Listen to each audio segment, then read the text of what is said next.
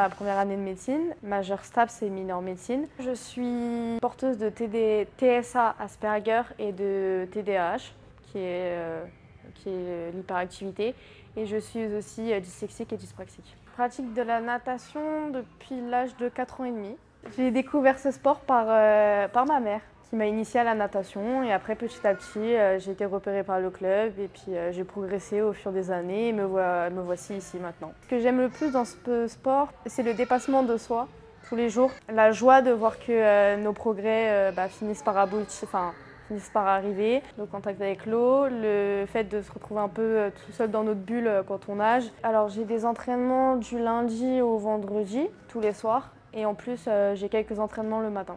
J'ai compté, je dois être à une vingtaine d'heures par semaine.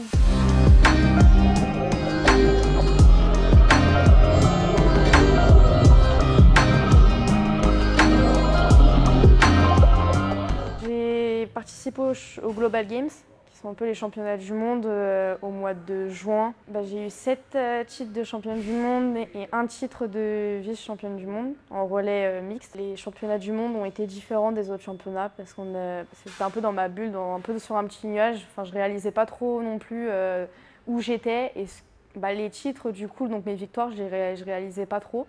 Mais ça fait toujours du bien de se retrouver là-bas, c'est un monde totalement différent. Je reviens des championnats de France adultes où j'ai eu 5 titres de championne de France et 1 titre de vice-championne de France. Ce que j'aime le plus dans la compétition, c'est que nos efforts ont fini par payer, voir les temps qu'on voudrait faire se réaliser et oui, et gagner du coup.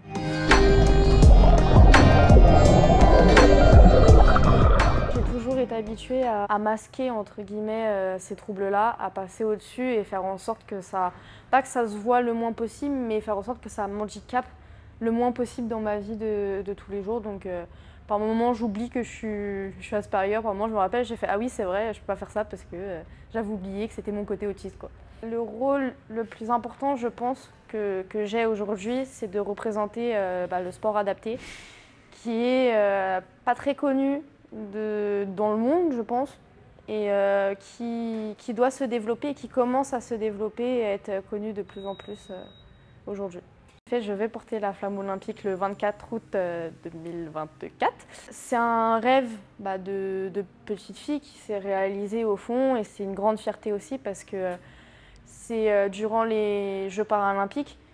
Et vu qu'en plus je suis quelqu'un du sport adapté, du coup ça va permettre de mettre en lumière et de parler encore plus du sport adapté. Tous les préjugés qu'on peut avoir, comme on dit t'as qu'une seule jambe, tu peux pas faire de la natation, t'es dyspraxique, la natation c'est pas possible, toutes les choses comme ça. Et au final on voit que finalement si tout est possible et que au final on arrive à réaliser des grandes choses comme tout nageur, je dirais, valide peut faire. Le seul handicap, c'est de penser que le sport n'est pas accessible à tous.